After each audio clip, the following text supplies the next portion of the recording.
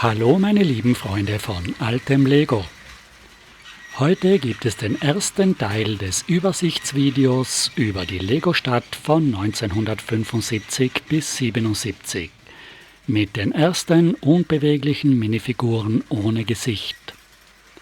Die Minifigur ist heuer 50 Jahre alt geworden und niemand hat sich daran erinnert. Die unbewegliche Minifigurenstadt ist eine kleine, farbenfrohe, einfache Spielwelt aus einer längst vergangenen Zeit mit ihrem ganz besonderen Reiz. Sie ist kreativ, braucht wenig Platz und wenig Geld. Ein Geheimtipp für jeden Bauer und jeden Sammler. Heute schauen wir uns die Gebäude an, von der Stadt und vom Hafen. Die Eisenbahn zieht schon im Hintergrund ihre Kreise, sie kommt aber erst mit den Fahrzeugsets am nächsten Freitag dran. Wir starten unsere Besichtigungstour mit der Polizeistation 370 von 76. Mit einem Hubschrauber, 2 Autos, 2 Motorräder und 4 Figuren. Auf einer großen grünen 24×40 Grundplatte. Mit den neuen, kantigeren Ecken. Die kleinen Gebäude sind nur 4 bis 6 Noppen tief, die Rückseite ist zugebaut und es wurde mit Fenstern gespart. Am Dach vom Kasernengebäude ist eine Fernseh- und eine Funkantenne. Vorne gibt es eine doppelte Eingangstür mit einem Tankstellenschild mit Polizeiaufschrift und im Garten steht ein Tannenbaum. An der Wand hängt eine Telefonzelle. Daneben sind 2 Garagen mit neuen, transparenten Flügeltüren. Auf den kleinen Fensterladenscharnieren von 74. Am Dach ist ein Hubschrauberlandeplatz mit einem interessanten kleinen Leichthubschrauber für eine Minifigur mit Triebwerken als Kufen. 77 gab es getrennt auch noch den kleineren Polizeihubschrauber 618, wo keine Minifigur hineinsitzen kann, mit einem blauen Aufkleber auf beiden Seiten. Vom Hubschrauberlandeplatz kommen die Figuren über eine schmale Brücke durch eine gelbe Tür in das Polizeigebäude. Es gibt jetzt einen Einsatz und wir machen die Garagentüren auf. Es gibt keine verfließten Einfahrten mehr und die Fahrzeuge müssen auf den Noppen fahren. Das erste Fahrzeug ist ein großer, dreiachsiger Gefängnislastwagen mit einer blauen 1x1-Platte als einzelnes Blinklicht mittig stehend zwischen die Noppen geklemmt. Den weißen 1x4-Stein mit dem schwarzen Gittermuster gibt es in vielen Sets. Hinten haben wir Kofferraumtüren aus kleinen weißen Fensterläden. Das zweite Auto ist der Standardstreifenwagen, den es schon 73 als Nummer 611 als Einzelset gab. Bei der Polizeistation ist noch eine Motorradstreife aus 2 Motorrädern dabei.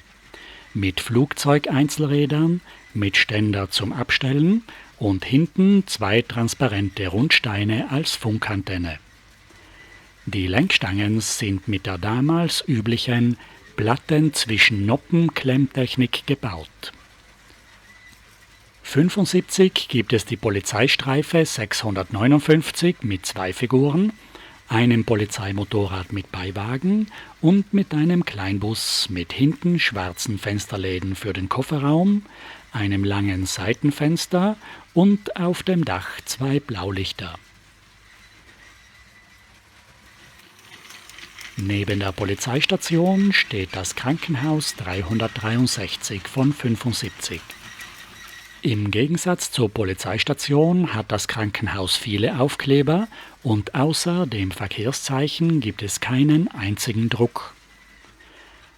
Es steht auf einer 24×32 Grundplatte, noch mit den alten, abgerundeten Ecken.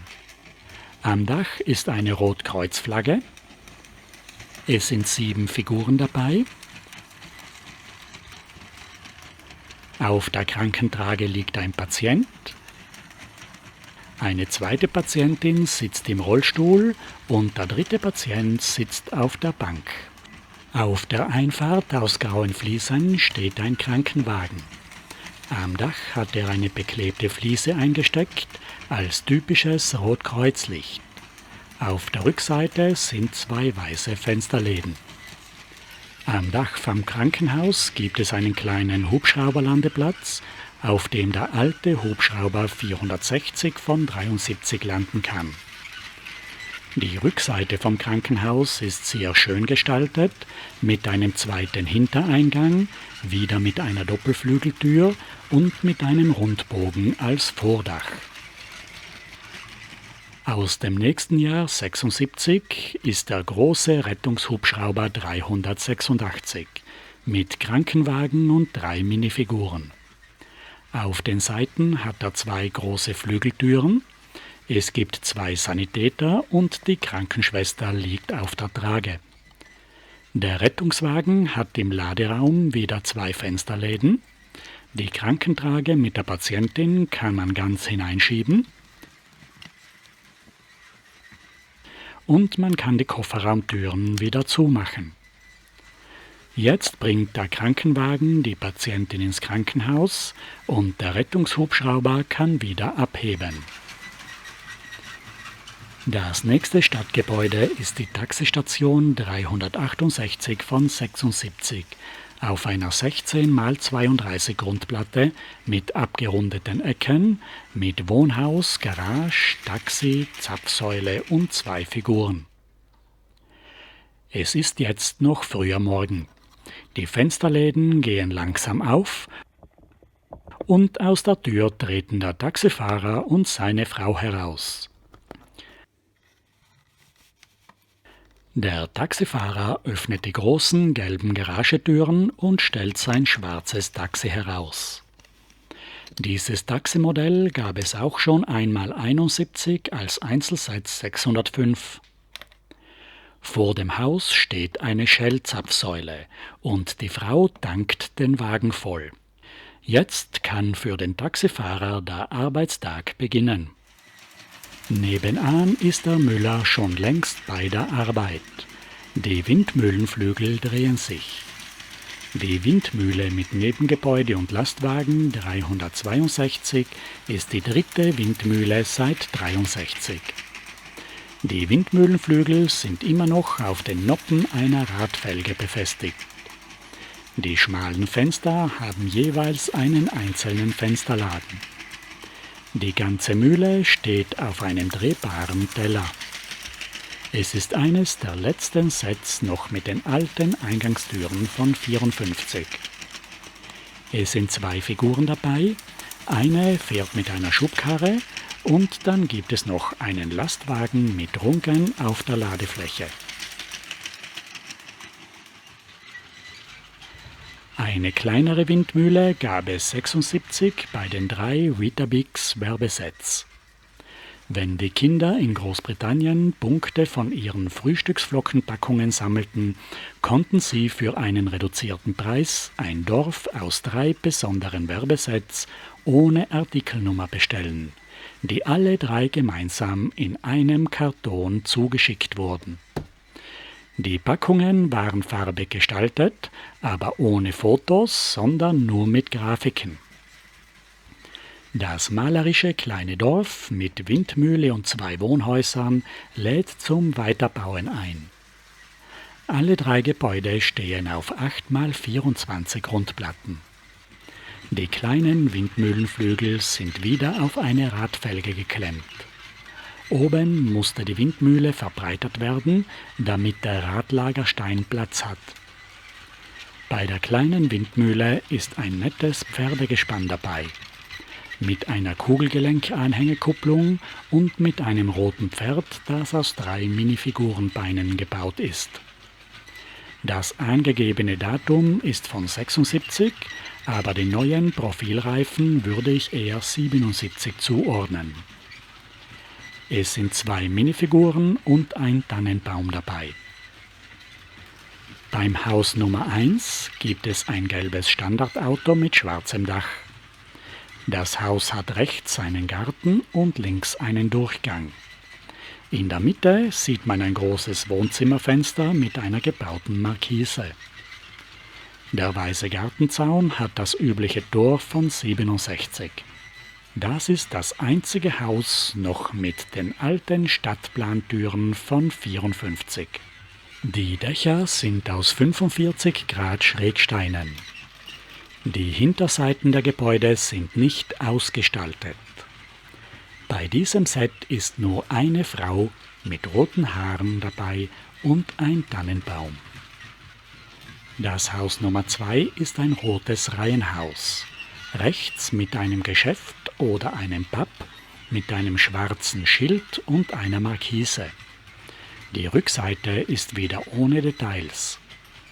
Es sind 2 Figuren dabei, 2 neue 3x4 Türen von 74, Dachgauben mit kleinen 1x1 Fenstern und Kamine aus Rundsteinen.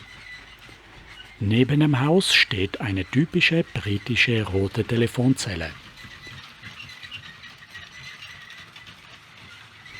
Deshalb habe ich mir dazu passend noch einen Londoner Doppeldeckerbus gebaut. Auch das schwarze Taxi passt gut dazu.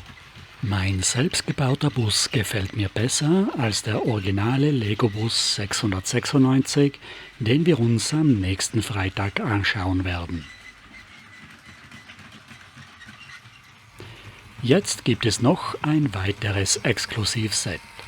Die Spedition Schmidt und Compagnon von 77 mit der typischen Exklusivnummer 1601 aus 175 Teilen.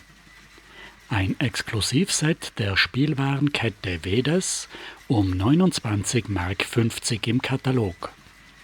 Hier können wir noch einen Blick auf die Alternativmodelle in der Bauanleitung werfen. Bei der Spedition sind 3 rote Aufkleber mit dem Schriftzug Schmidt & Co. dabei. Es gibt eine Garage für den Lastwagen, ein Lagerhaus mit einer Verladerampe und einen großen Portalkran, der mit 6 blauen Eisenbahnschienen gebaut ist, mit einer alten schwarzen Seilwinde mit Metallkurbel und mit einem Kranhaken. Mit dem Portalkran kann man den Lastwagen mit dem Ladegut von der Laderampe aus beladen. Mit den 4 einzelnen blauen Flugzeugrädern verschiebt man den Portalkran auf den Schienen. Beim Set ist ein dreiachsiger Lastwagen dabei, auf den Bordwänden hat er links und rechts die Aufschrift Schmidt & Co. Beim Set gibt es noch 2 blaue Arbeiter. Verschiedene Speditionen und Kieswerke, die gut in die Legolandstadt passen, kann man sich aus den Universalbaukästen bauen. 1976 kamen 3 neue Universalbaukästen mit unbeweglichen Minifiguren heraus. 910 mit 288 Teilen, 911 mit 369 Teilen und 912 mit dem Motor und 456 Teilen. Ich werde mir bei Gelegenheit nach diesen Bauanleitungen noch einige Modelle für meine Stadt bauen. Von der Spedition geht es jetzt zum Hafen. Es gab in diesen 3 Jahren eine schöne große Hafenwelt mit 3 Gebäudepackungen und 6 Schiffen. Die Hafenanlage 364 von 75 ist in einer großen Styroporpackung mit Klappdeckel, genau gleich wie das Stadtzentrum 355 von 72. Die Verpackungsbilder zeigen nur die Stadt selbst und keine Alternativmodelle. In der Styroportasse waren ursprünglich 4 Einzelkartons mit Sichtfenster für die verschiedenen Teilsets. Auf der Innenseite des Deckels ist nochmal ein schönes Foto vom aufgebauten Hafenset. Der Deckel ist an der Oberseite des Kartons eingeschoben. Ich ziehe die Lasche vorsichtig heraus.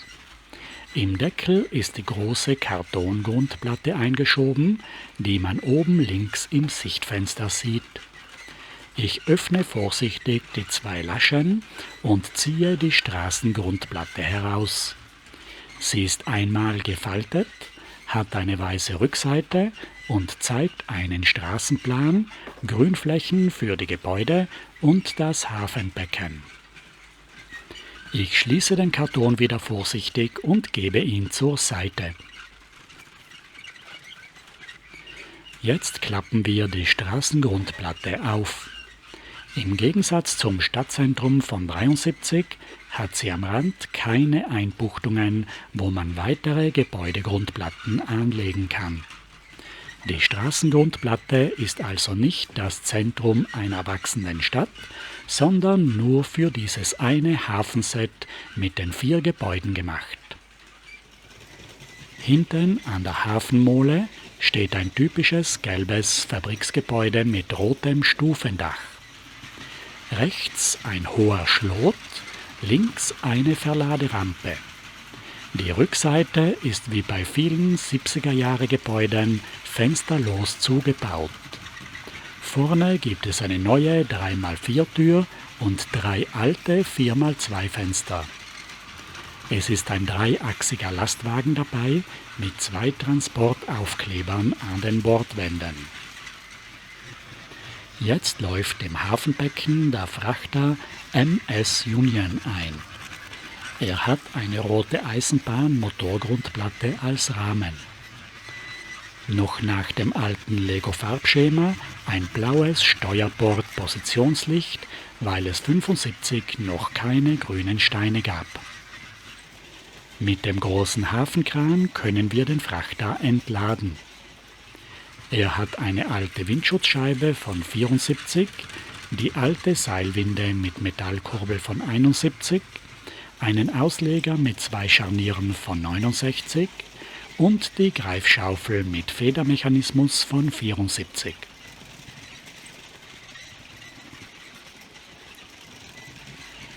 Der entladene Frachter wechselt jetzt seinen Anlegeplatz im Hafen und macht vor dem kleinen Lagerhaus fest. Der Speicher ist im Obergeschoss. Zum Beladen gibt es eine Umlenkrolle, aber keine Seilwinde, sondern das Seil wird mit 2 1x2 Platten festgeklemmt. Jetzt öffnen wir die 3x3 Bodentüren und ziehen mit der Umlenkrolle aus der Felge eines Einzelrades die Waren in den Speicherboden. Jetzt haben wir aber genug gespielt, der Kahn wartet und muss beladen werden. Wir lassen die Ladung wieder herunter und verstauen sie an Bord des Schiffes. Es gibt hier leider keinen Kranhaken und man kann das Ladegut vom Seil nicht abhängen. Im Hafen steht noch eine kleine Polizeistation. Sie ist auf allen Seiten detailliert gestaltet und hat vorne und hinten Fenster und Türen zum Aufmachen. Ein Beamter fährt im offenen Geländewagen. Der ganze Innenbereich ist eine flache Platte. Der Fahrer muss ohne Füße darauf sitzen und die Füße kann er im Kofferraum mitnehmen.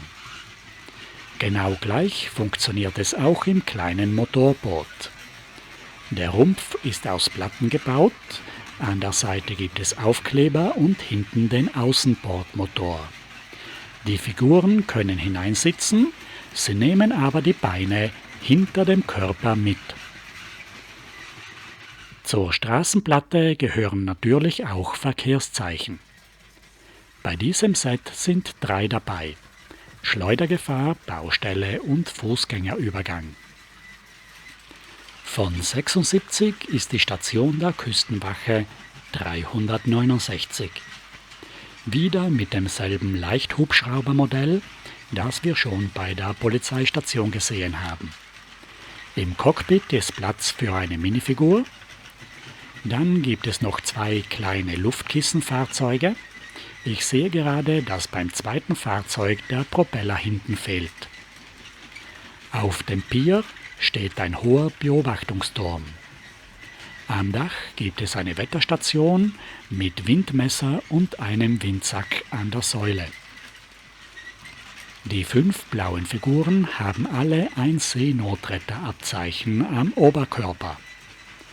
Auf der linken Seite führt eine gelbe Leiter hinauf in den Beobachtungsturm. Weit draußen vor der Küste steht die große Bohrinsel 373 von 77. Auf der linken Seite hat sie eine Plattform mit einem Hubschrauberlandeplatz. In der Mitte ist der große Bohrturm mit den langen Rohren aus schwarzen Rundsteinen. Daneben gibt es einen kleinen Steuerraum mit Fernsehantenne. Die grauen Ölleitungen führen in die 2 weißen Tanks. An der Verladeplattform legt der große Öltanker an. Die schwarzen Schläuche kann man an die Anschlüsse am Öltanker ankoppeln und das Öl aus den Vorratstanks in den Öltanker verladen.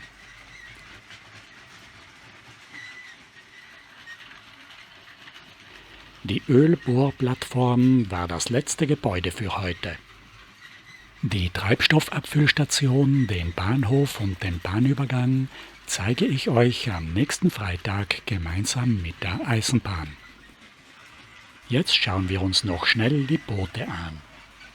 Der blaue Frachter 616 von 76 ist im Maßstab etwas zu klein für den Hafen und die schwimmfähigen Schiffe mit ihrem großen Rumpf sind etwas zu groß.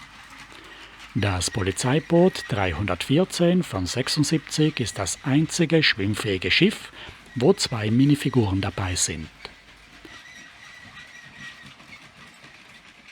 Die größten Schiffe sind das Containerschiff 315 von 76 und das Feuerlöschboot 316 von 78. Ein nettes kleines Set ist das Luftkissenboot 663 von 77. Zum Schluss sehen wir noch das Wasserflugzeug 371. Weil es so schön ist, lassen wir das Wasserflugzeug jetzt nochmal einfliegen. Es landet auf seinen Schwimmern im Wasser, das kleine Motorboot dreht bei und der Pilot öffnet seine Cockpittür. Ein großartiges Set, das Erinnerungen an meine Kindheit weckt. Das war jetzt genug für heute. Wir legen eine kleine Pause ein und schauen uns den zweiten Teil am nächsten Freitag an. Dann zeige ich euch die kleinen Fahrzeugsets, die Eisenbahn und die Eisenbahngebäude aus der unbeweglichen Minifigurenstadt von 75 bis 77. Wir werden die Eisenbahnmodelle fahren lassen, die wir uns im letzten Video zusammengebaut haben. Ich wünsche euch allen ein schönes Wochenende. Wer Urlaub hat, eine schöne Ferienzeit. Auf Wiedersehen bis zum zweiten Teil am nächsten Freitag.